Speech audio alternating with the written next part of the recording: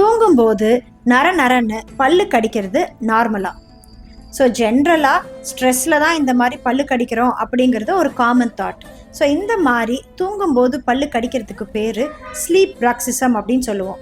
இந்த sleep ப்ரக்சிசமுக்கு main reason, நீங்கள் தூங்கும்போது உங்களோட மூச்சு குழாய்க்குள்ளே தேவையான அளவு ஆக்சிஜன் போகலை அப்படின்னா உங்களோட கீழ்த்தாட ஃப்ரண்ட்டில் வந்து ஏர்வேஸை இன்க்ரீஸ் பண்ணும். ஸோ இதனால தான் தூங்கும்போது நம்ம ஜா முன்னாடியும் பின்னாடியும் போய் நரன்னு கடிக்கிறோம். இதுக்கு ட்ரீட்மெண்ட் பார்த்தீங்கன்னா நிறைய டாக்டர்ஸ் வந்து ஸ்ப்ளின்ஸ் கொடுப்பாங்க. ஸ்ப்ளின்ஸ் அப்படின்னா ஒரு பிளாஸ்டிக் ட்ரே நீங்கள் தூங்கும்போது வாயில் போட்டுக்கிறதுக்கு. ஸோ இது போடுறதுனால நம்ம பல்லு தேயாமல் ப்ரொடெக்ட் ஆகுமே ஒழிய நம்மளோட ப்ரக்சிசம் ஹேபிட் சரியாகாது. ஸோ இந்த மாதிரி உங்களுக்கு ஸ்லீப் ப்ரக்சிசம் இருக்குது அப்படின்னா நம்ம பண்ண வேண்டியது ஃபஸ்ட்டு அதுக்கான ரீசனை கண்டுபிடிக்கிறது.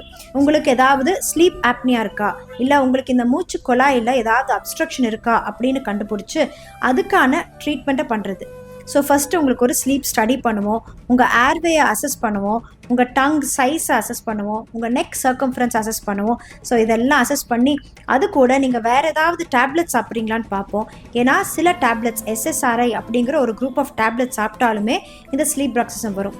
ஸோ இதெல்லாம் இருக்கான்னு பார்த்துட்டு அதுக்கு தகுந்த மாதிரி நம்ம ட்ரீட்மெண்ட் பண்ணணும்.